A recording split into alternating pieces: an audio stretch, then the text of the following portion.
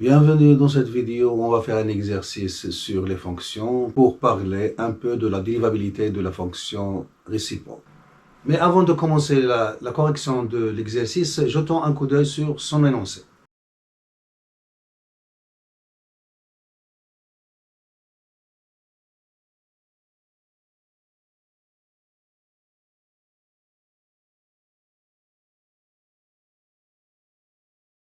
Alors, on commence par la première question, étudiant la continuité de f sur moins l'infini 0.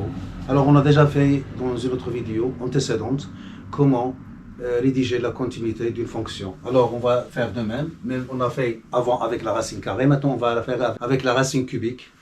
Alors, comme j'ai dit, il vaut mieux nommer les fonctions considérées. Alors, maintenant, j'ai le produit de deux fonctions. L'une, elle s'écrit comme racine cubique d'une expression x carré et l'autre a pour expression x moins 1. Alors, considérons les fonctions. Alors, u, x a pour image x moins 1 et v, qui a x a pour image x carré. Alors, toujours quand je m'occupe d'une racine énième, je m'occupe de ce qui est à l'intérieur. Hein, avant, hein, les limites, la dérivabilité, la continuité, parce que j'ai des propriétés dans le cours. Hein. Alors, là, vous avez les racines cubiques de v de x. Alors, la racine cubique de v serait définie x a pour image racine cubique de x au carré. Donc, il faut faire la différence entre l'expression et la fonction. Alors, ils sont bien définis. Alors, u et v sont bien définis sur l'intervalle puisque x au carré, hein, même si x est négatif, mais avec le carré, il devient positif. Donc, ils sont bien définis. Alors, et ils n'ont aucun problème de continuité sur l'intervalle, sur R tout entière, en particulier sur I, parce que ce sont des fonctions polynômes. U et V sont des fonctions polynomiales. Donc, continue sur I, qui est une partie qui est un intervalle de R. Alors, le problème se pose dans la racine cubique de V. Alors, le cours, qu'est-ce qu'il nous dit? Alors, si on parle de racine énième de V, alors pour dire qu'il est continu, on a deux choses. S'assurer que V est continu sur I. Deuxième chose, V est positif sur I.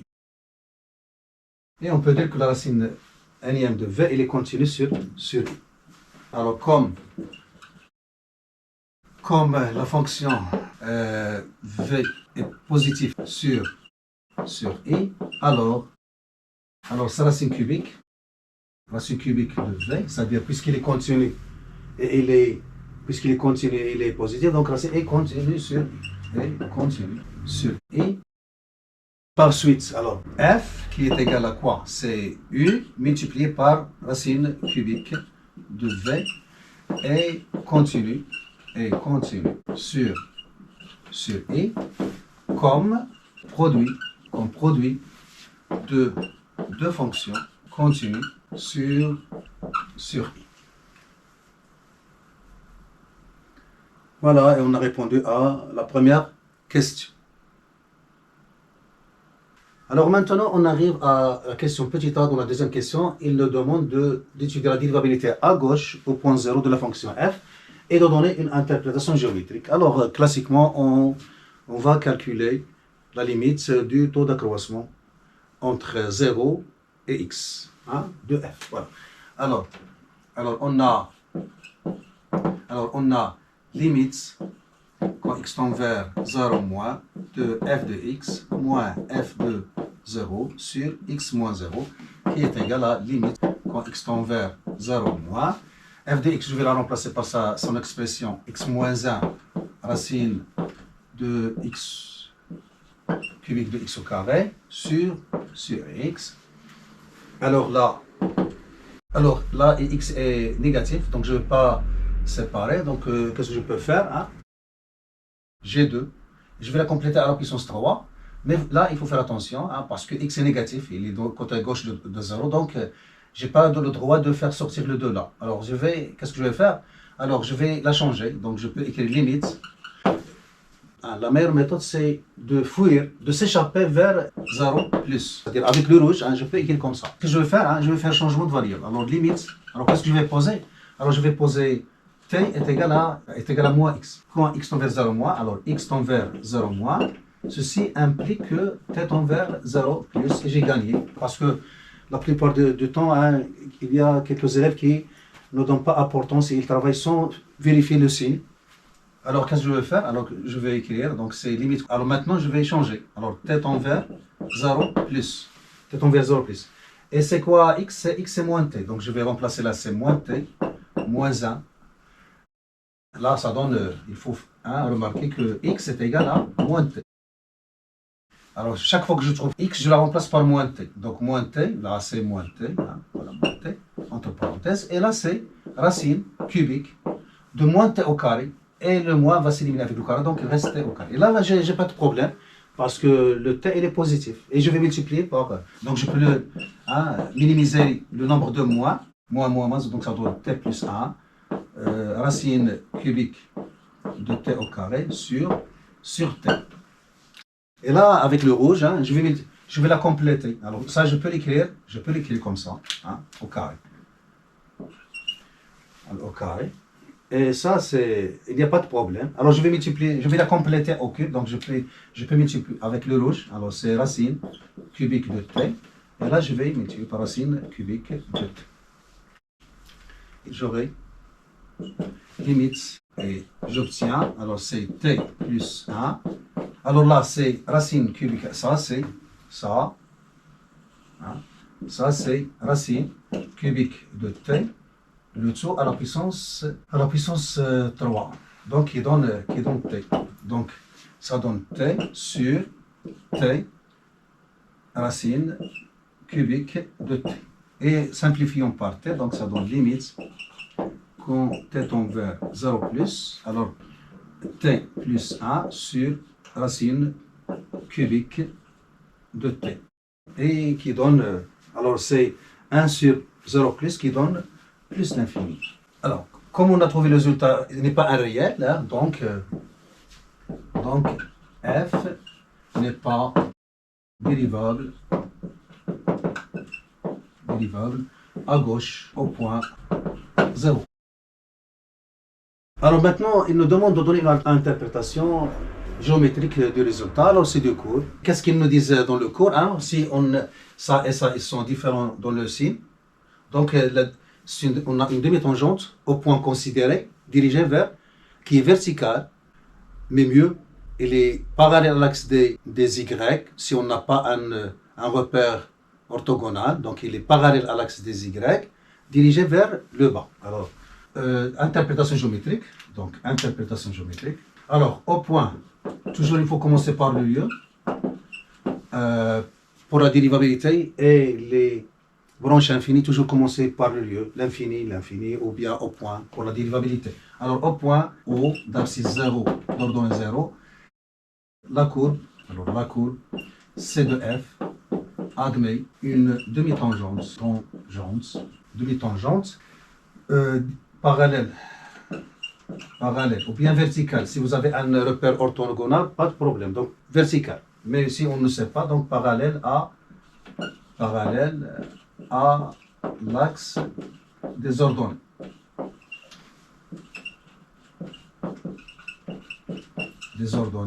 Et de sens dirigé vers le bas.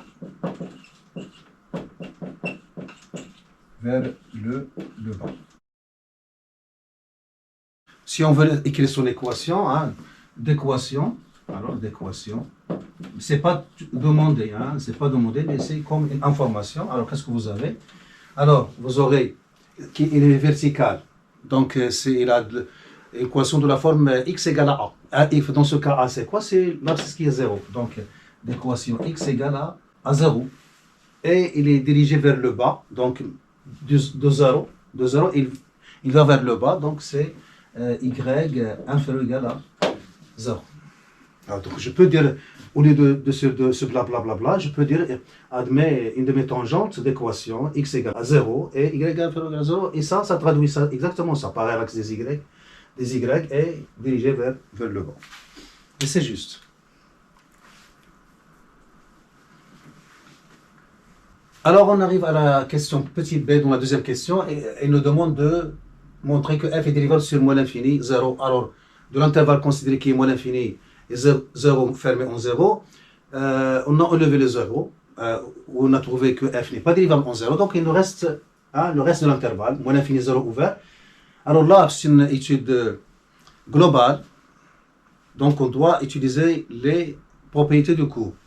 Alors, l'étude générale, moins l'infini 0, alors il faut utiliser le produit de deux fonctions. Et c'est la même stratégie que pour la continuité de la fonction. Alors, je vais alléger puisqu'on l'a déjà fait dans la continuité, dans une autre vidéo pour la dérivabilité. Donc, on a alors soit u x a pour image x moins a et v x a pour image x carré. Alors, les fonctions u et v sont des fonctions polynomiales, donc continues, donc dérivables sur moins l'infini 0, car elles sont dérivables sur 1. Voilà. Alors, comme quel que soit x appartenant à moins l'infini 0, x au carré est strictement positif parce qu'on a enlevé le 0, alors la fonction racine cubique de v est dérivable sur moins l'infini 0. Et voilà. Par suite, f qui est égal à quoi f? C'est la fonction u multiplié par la fonction racine cubique de v est dérivable sur moins l'infini 0 comme produit de deux fonctions dérivables sur moins l'infini 0.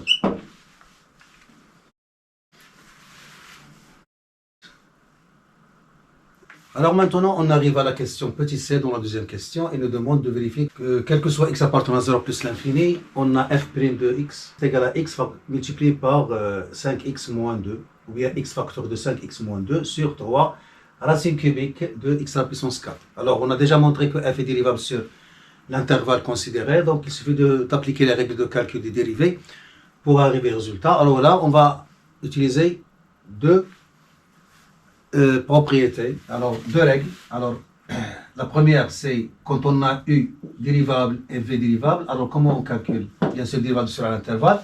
Alors on calcule c'est u prime v plus u v prime.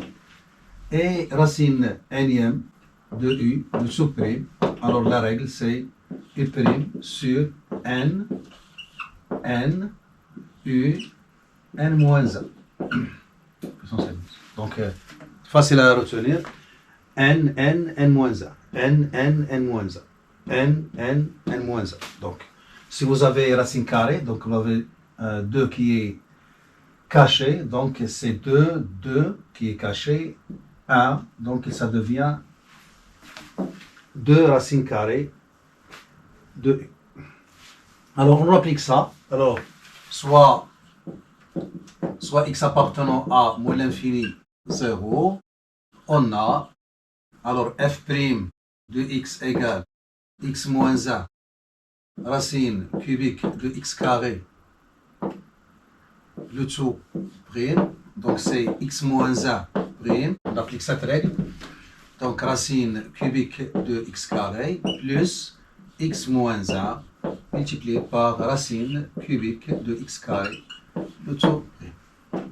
Alors la dérivée de x moins 1 c'est 1, donc c'est racine cubique de x carré plus x moins 1 multiplié, alors j'applique ça, donc u c'est x carré, donc c'est la dérivée de x carré c'est 2x sur n qui est 3, donc 3 racine, alors là 3, u qui est x carré, au carré, c'est-à-dire 3 moins, donc 3 moins 1, qui est égal à racine cubique de x au carré, plus, alors ça donne 2x au carré moins 2x sur, voilà, sur, alors 3 racine cubique de x au carré, ça, le tout au carré.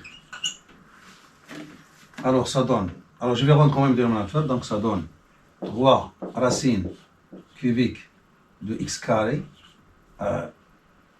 alors carré avec le carré ça donne 4, et là ça donne 3 racine cubique de x au carré, alors là j'ai 1 et là j'ai 2, donc c'est la puissance 3, plus 2x au carré, moins 2x. Alors je vais continuer là, donc f' de x égale, alors 3, alors ça donne x au carré, avec le 3, ça donne 3x carré,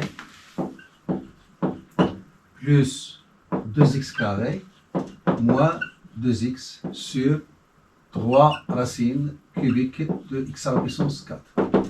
Alors ça donne 5 au carré, 5x au carré, moins 2x sur 3 racines de x au cube, x à la puissance 4. Et pour arriver à la forme voulue, donc on factorise par x, donc ça donne x, facteur de 5x moins 2 sur 3 racines cubiques de x à la puissance.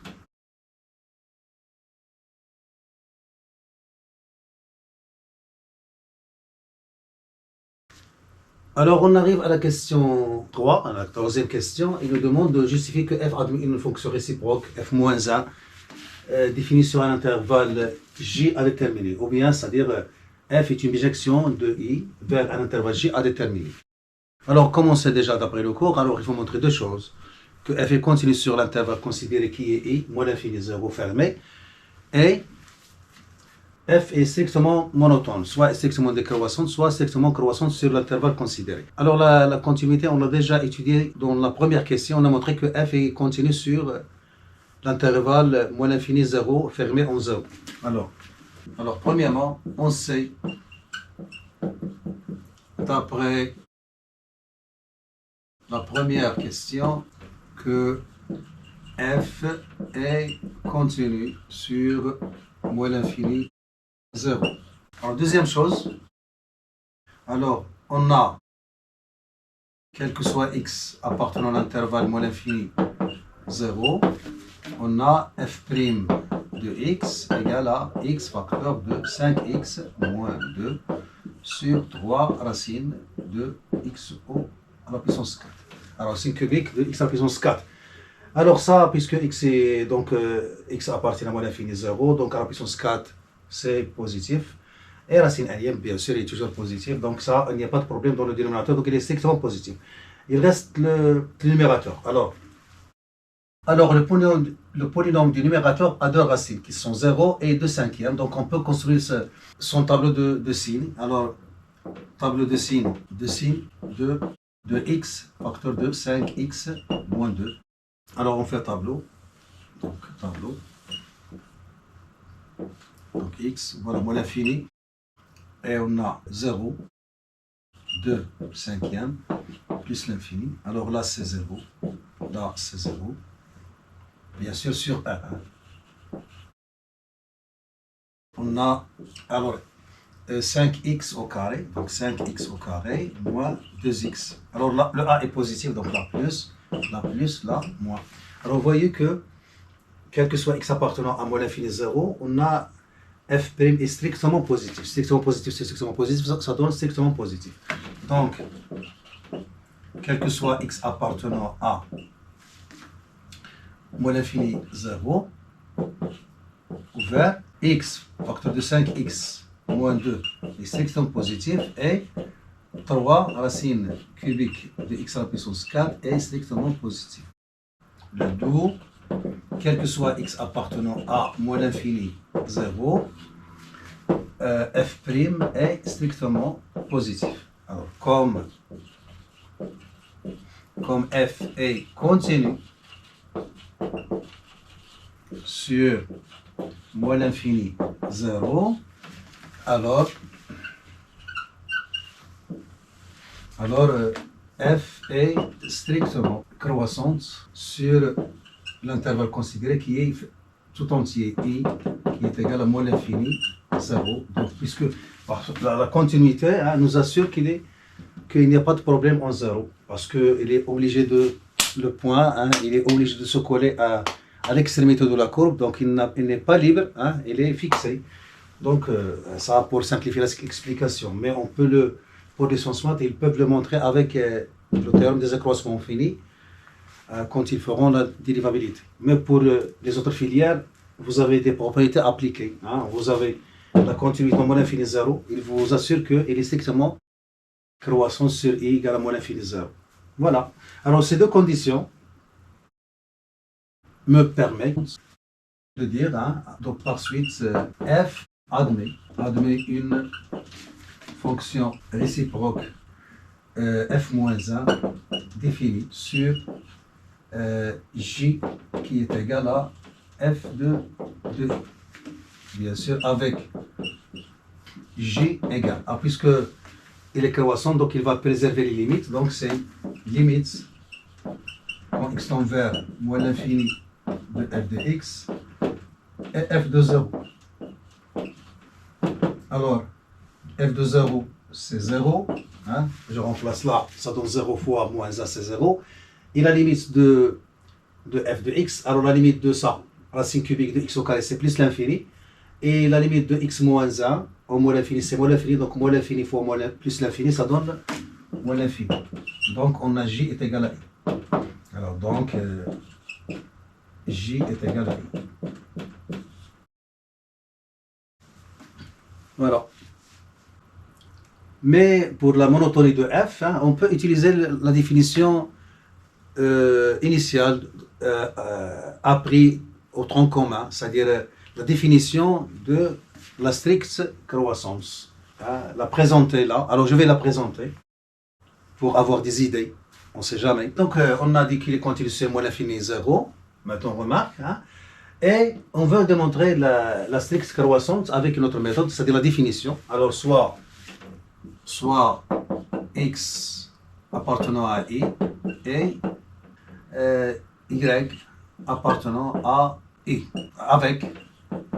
avec x inférieur strictement à y. Et je vais comparer les images f de x et f de y, et d'après ce qu'on a trouvé précédemment, on doit avoir f de x strictement inférieur à f de y. Donc on va faire appliquer les règles d'ordre qu'on a appris avant.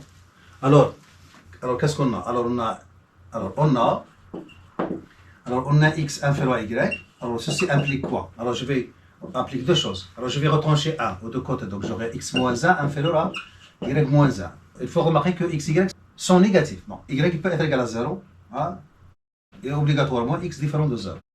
Alors, je vais obtenir x carré. Donc, l'ordre va changer puisque les éléments sont négatifs. Donc, x carré est supérieur strictement à y au carré. Car x est inférieur à 0 et y inférieur ou égal à 0. Alors là, c'est strict, il est inférieur ou égal à 0. Parce que y peut être égal à 0. Et maintenant, ça, il me donne quoi? Alors, je vais arriver à l'expression petit à petit. Donc, x moins 1 inférieur à y moins 1.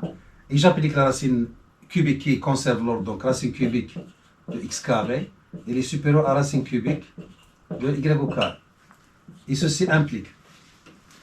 Alors, je ne peux pas faire le produit parce que ça c'est négatif et ça c'est positif. Et vous voyez que les symboles sont différents. Donc, je dois soit faire ça, le rendre positif. Alors, je vais rendre ça positif. Qu'est-ce qu'il va donner?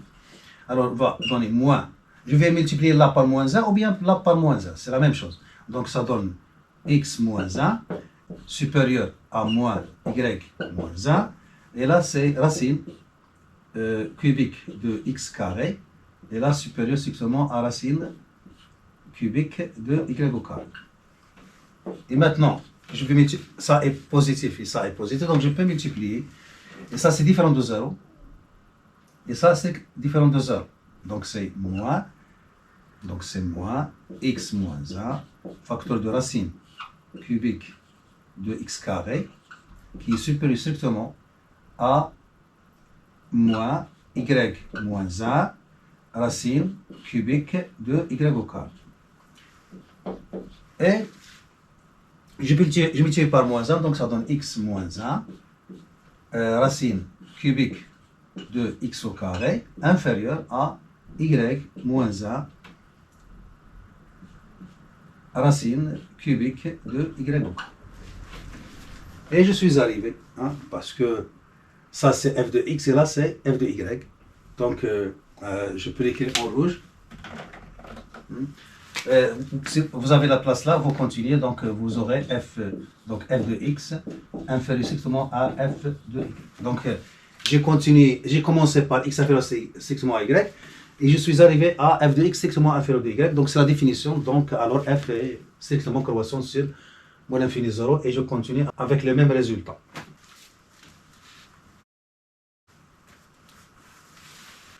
Maintenant, on arrive à la question petit a dans la quatrième question. Alors, il nous demande de montrer que f-1 est dérivable à gauche au point y0 égale à 0. Alors, c'est une étude ponctuelle. Donc, on doit calculer la limite du taux d'accroissement de f-1 entre 0 et y.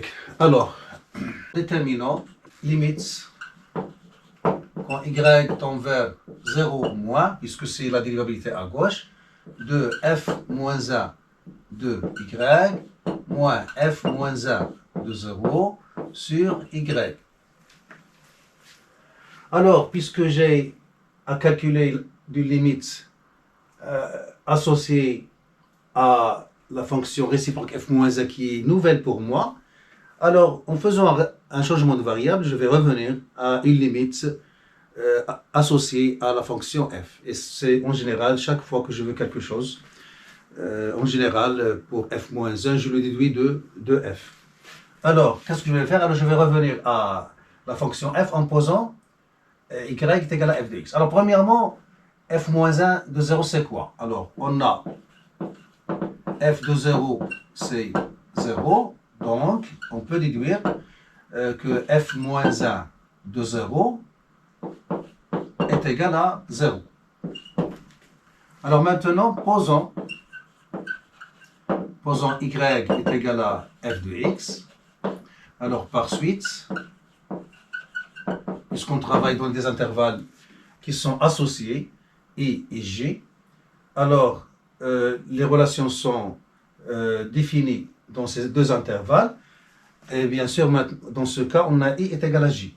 Alors, on a x est égal à f-1 de y. Alors, f-1 de y, ça devient x. Là, ça devient f de x. Alors, je suis revenu à la limite associée à f, mais y tend vers 0 Alors, quand y tend vers 0 alors ce x, il tend vers quoi? Alors, on va utiliser la continuité de f-1 qui est déduite de la continuité de f sur l'intervalle i, qui est égal à l'intervalle j. Alors comme f-1 est continu sur moins l'infini 0, et ce qui m'intéressait continue à gauche en 0, alors quand y tend vers 0 ceci implique que f-1 de y, il va tendre vers f-1 de 0. Et puisque y il est inférieur à 0, puisqu'on est à gauche de 0, alors f-1 il est strictement croissant, donc bien sûr, il va vers du côté gauche de f-1 de 0, qui est bien sûr 0. Ceci implique, ça c'est quoi? C'est x qui va tendre vers 0. Alors quand y tend vers 0 alors aussi x tend vers 0 Et je reviens à la limite, alors d'où? Alors limite quand y tend vers 0 de f-1 de y moins f-1 de 0 sur y est égal à la limite quand x tend vers f moins 1 de y, c'est x. Alors là, c'est moins 0 sur y qui est égal à f de x. Et je vais continuer là. Hein, donc, on aura la limite quand y tend vers 0 moins de f moins 1 de y moins f moins 1 de 0 sur y est égal à limite quand x tend vers 0. Alors là, c'est quoi? C'est l'inverse du taux d'accroissement de f entre 0 et x. Alors on aura 1 sur f de x. Alors f de x que je peux écrire moins f de 0, puisque f de 0 c'est 0, sur x moins 0. Donc on est arrivé à une relation qui est associée, bien attachée au taux d'accroissement de f entre 0 et x. Et comme alors là, vous avez la limite du taux d'accroissement. On l'a déjà trouvé dans une question précédente. On a trouvé que, et comme on a trouvé que f n'est pas dérivable à gauche en 0, et on a trouvé que car limite quand x tend vers 0 moins de f de x moins f de 0 sur x moins 0 est égal à moins l'infini. Alors, et comme alors la limite qu'on cherche, alors les limites qu'on cherche y tend vers 0 moins de f moins 1 de y moins f moins 1 de 0 sur y est égal à 1 sur moins l'infini, c'est 0. Et on trouve que f moins 1 est dérivable à gauche en 0. Donc f moins 1 est dérivable à gauche en 0 et f moins 1 prime de 0, f prime moins 1 gauche de 0 est égal à 0. Et c'est logique, hein, puisque la courbe de f a une demi-tangente verticale dirigée vers le bas au point 0, 0. Alors en faisant la symétrie par rapport à la première bissectrice, alors donc vous avez la première bissectrice et vous avez en ce point vous avez une demi-tangente verticale, donc dans la symétrie. Alors qu'est-ce qu'il devient? Il devient une demi-tangente horizontale. Donc là, hein, il n'est pas dérivable, mais là, hein, il a un coefficient directeur nul, donc il est dérivable. Hein, la droite, il devient parallèle à l'axe des x.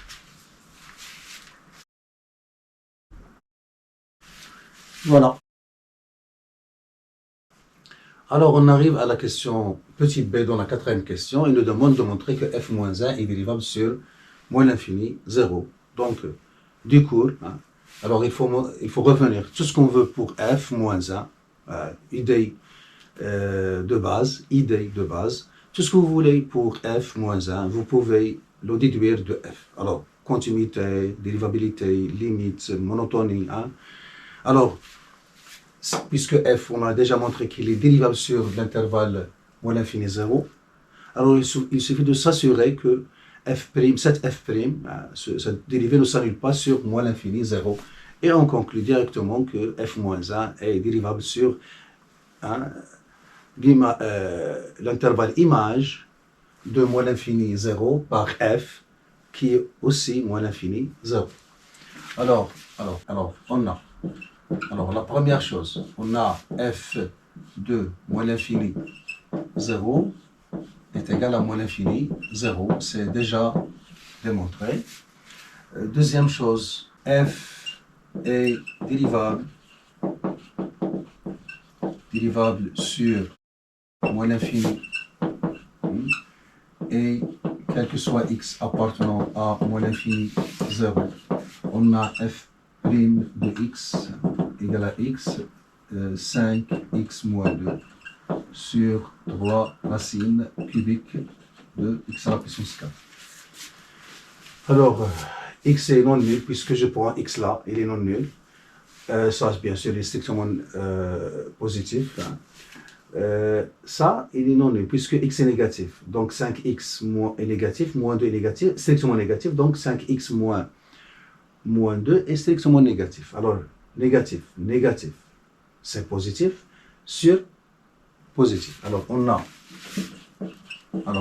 quel que soit x appartenant à moins l'infini 0, f' de x est strictement positif. Par suite, quel que soit x appartenant à moins l'infini 0, f' de x est différent de 0.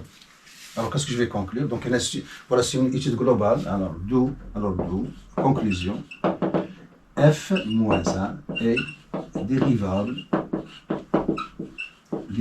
sur f de moins l'infini 0. C'est-à-dire f moins 1 dérivable sur, à l'image de ça, on a déjà trouvé, c'est j qui est égal à moins l'infini 0. Et voilà. Alors, on arrive à la dernière question, calculons f de moins 1 et f moins 1' de moins 2. Alors, pourquoi il nous donne f de moins 1? Pour pouvoir calculer f moins 1' de moins 2. Alors, avant de faire la question, on va faire un petit rappel sur la dérivabilité de la fonction réciproque. Alors, voilà une figure, on va l'utiliser pour expliquer les choses. Alors, vous avez la courbe C de f de la fonction qui est strictement croissante, continue, sur l'intervalle considéré. Donc, il admet une fonction réciproque, c'est-à-dire une bijection d'un intervalle déterminé vers un intervalle déterminé. Voilà sa courbe CF-1. Bien sûr, ils sont symétriques par rapport à la première bisectrice d'équation, c'est-à-dire la droite d'équation y égale à x. Alors, f est dérivable au point x0, c'est-à-dire dans le point A d'abscisse x0 et d'ordonnée f de x0 qui est égal à y0, admet une tangente. Alors, supposons par exemple que f' de x0 est égal à 1. Alors, bien sûr, là, m est différent de 0 parce que la tangente ne sera pas parallèle à l'axe des x. Alors, vous aurez comme ça. Alors, comme ils nous ont appris, hein, donc je vais avancer de 1. Voilà, avancer de 1. Voilà, cette quantité de 1.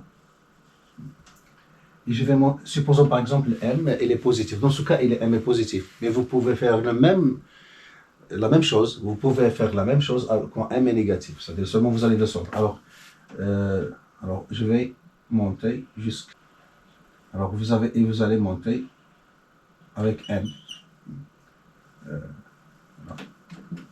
Vous avez m. Vous avez la tangente. Donc là, vous avez monté de m. Supposons par exemple m est positif. Alors vous aurez comme ça. Alors la tangente, il sera comme ça. Alors là, vous avez 1. Et là, vous avez m. Et bien sûr, ça c'est. Donc le coefficient directeur de la droite tangente, c'est m sur 1. Le côté opposé, c'est le côté adjacent. Alors maintenant, on va parler de la tangente, puisqu'on veut parler de la dérivabilité de la fonction f-1. Donc on va parler de la tangente au point. On va changer les rôles. Donc y0, il va devenir abscisse, qui est y0, puisque c'est la symétrie par rapport à y égale à x. y0, qui a pour image x0. Donc, puisque c'est la symétrie par rapport à l'axe des abscisses, alors ce qui est horizontal, il devient vertical. Et ce qui est vertical, il devient horizontal. Donc je suis en ce point. Alors je suis en ce point. Donc j'ai avancé de 1, donc maintenant je vais remonter de 1. Voilà 1. Et j'ai monté de m. Alors je vais avancer de m. Et bien sûr, j'aurai la tangente. Voilà. La tangente en ce point. je vais, ça c'est, je fais avec.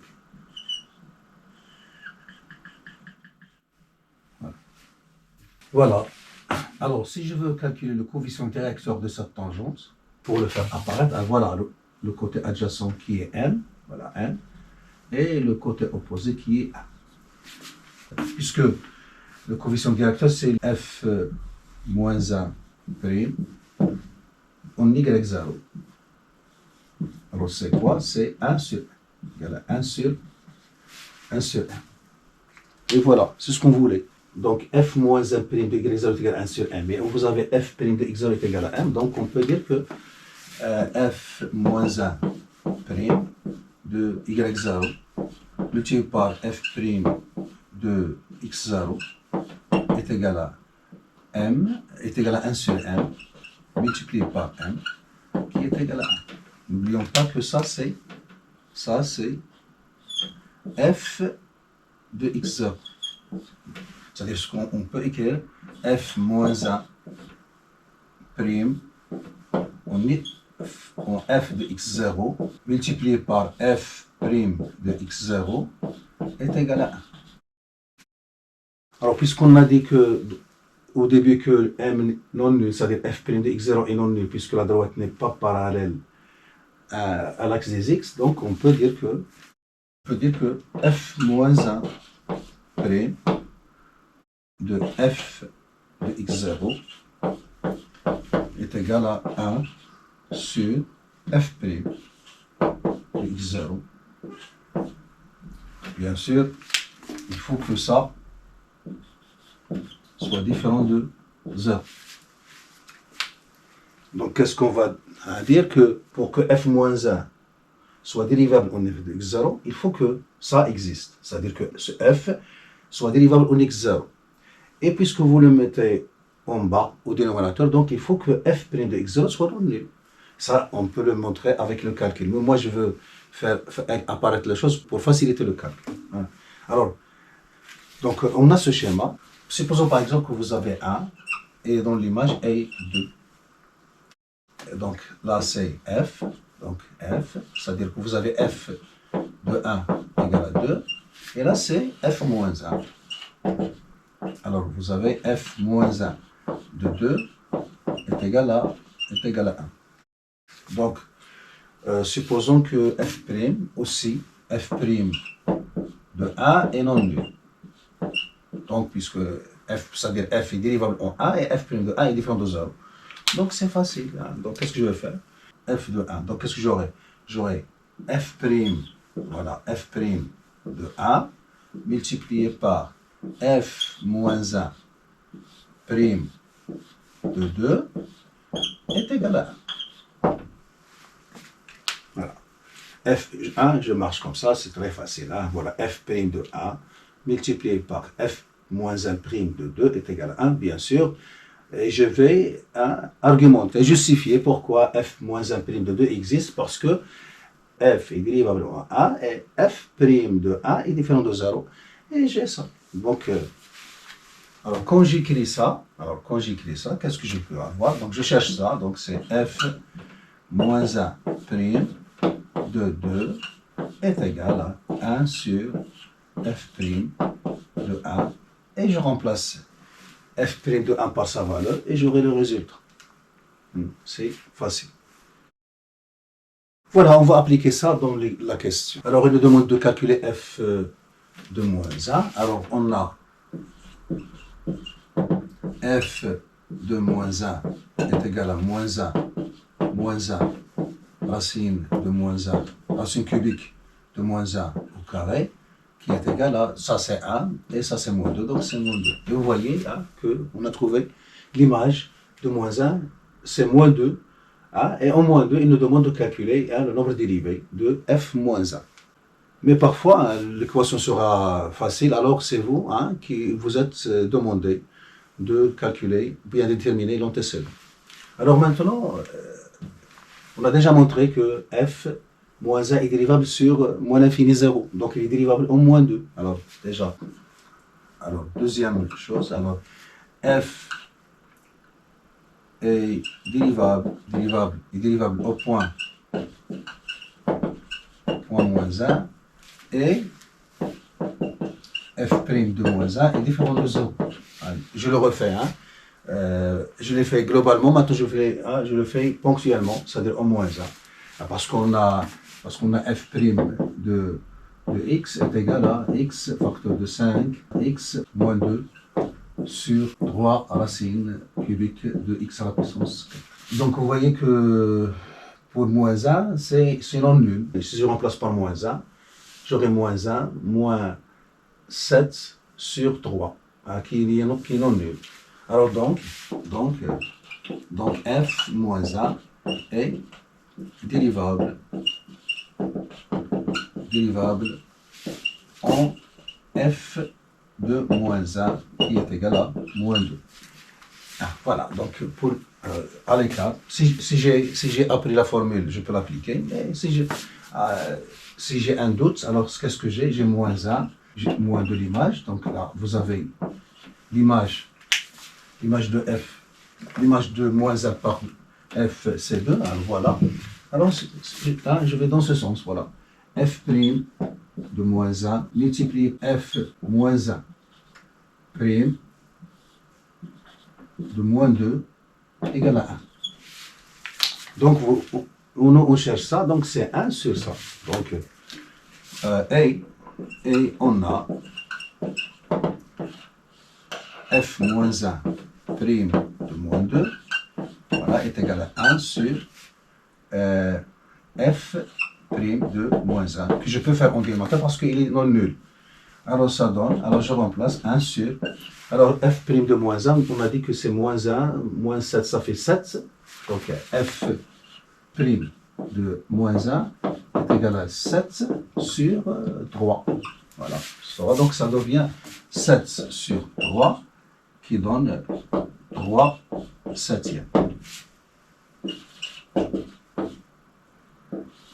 f' moins 1 de moins 2 égale à ça.